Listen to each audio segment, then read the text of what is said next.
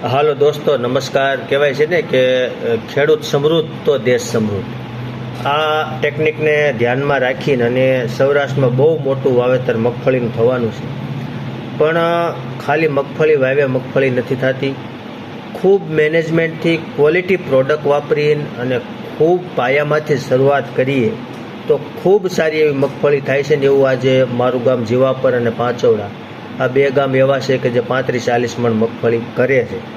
50 મણ લગી 20 નંબર જેવી મગફળી 40-50 મણ લગી કરવાવાળા ખેડૂત આ ગામની અંદર પડ્યા છે.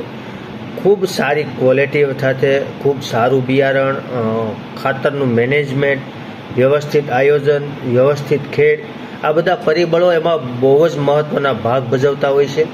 તો ખાલી મગફળી વાવવાથી કે મગફળી વાવવામાં ઘણો બધો ખર્ચો થતો હોય છે.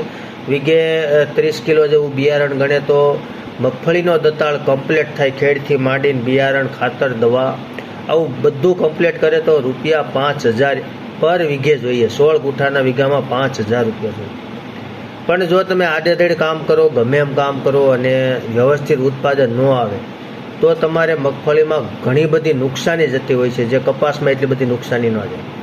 તો મગફળી છે એ ખૂબ સારો પાક છે, ખૂબ વળતર આપતો પાક છે, પણ એમાં પાયાથી જ ખૂબ સારું એવું મેનેજમેન્ટ કરવું પડે.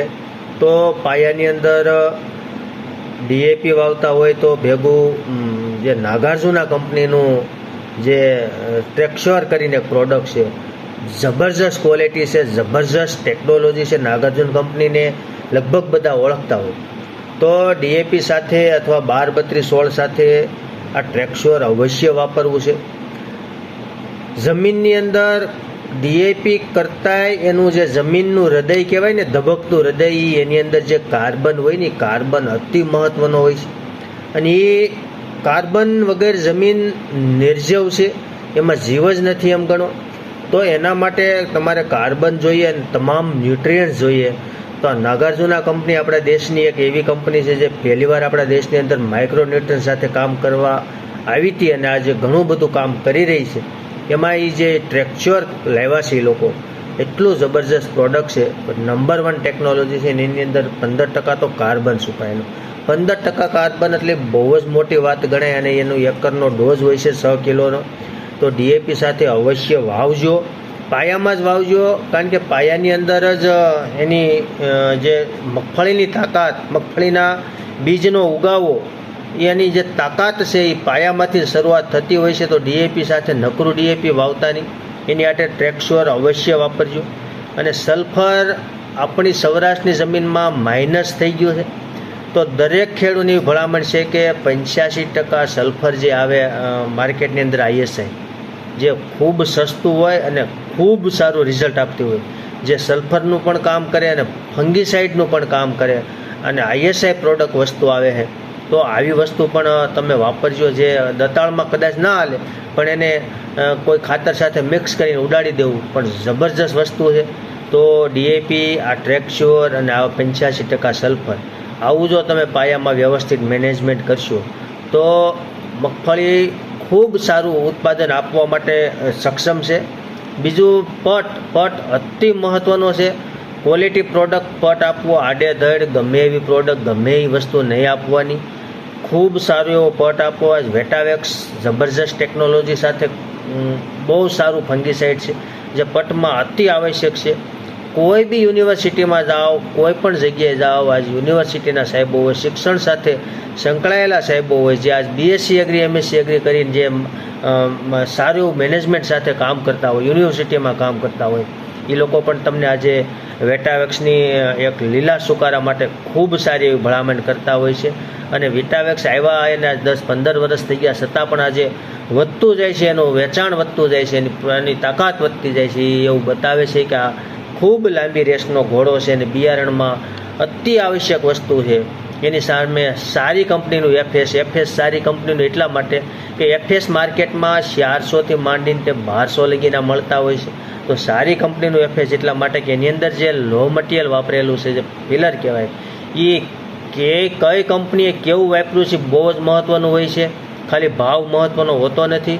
તો સારી કંપનીનું લેવું, કારણ કે એ દાણાને ઓલરેડી કમ્પ્લીટ કરે છે, સીડને એકદમ વ્યવસ્થિત કોટિંગ કરે છે. ભેજ આપ્યા પછી એ કોટિંગ દાણો સૂહે, જ્યારે પાણી સૂહે ત્યારે એ બી પાણીની સાથે દાણાની અંદર કમ્પ્લીટ જતું હોય છે.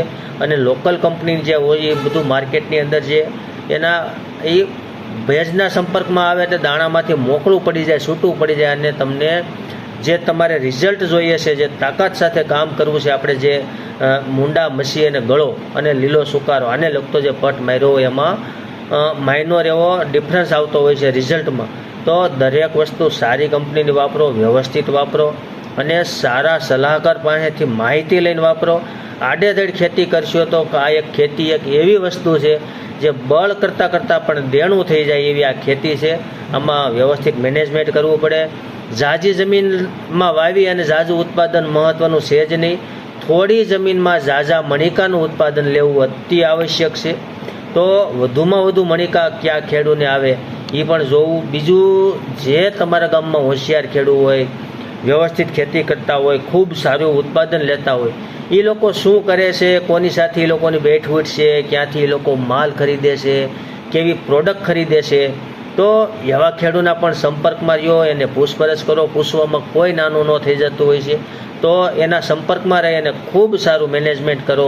અને આ ટ્રેકશ્યોર છે એ જબરજસ્ત પ્રોડક્ટ છે, તમે અવશ્ય વાપરજો. ખાલી મગફળીની વાત નથી કરતો, કોઈ બી પ્રોડક્ટમાં બકાલું હોય કે મરચી હોય કે કોઈ પણની અંદર જબરજસ્ત ટેકનોલોજી છે અને એકવાર વાપરજો. 15% કાર્બન એટલે બહુ જ મોટી વાત છે.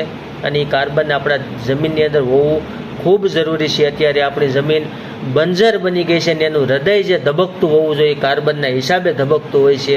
તો આવી પ્રોડક્ટ વાપરજો. એથી કોઈને કાંઈ જાણવું હોય તો મારો નંબર છે 97 237 76 451. અસ્તુ. જય ભારત.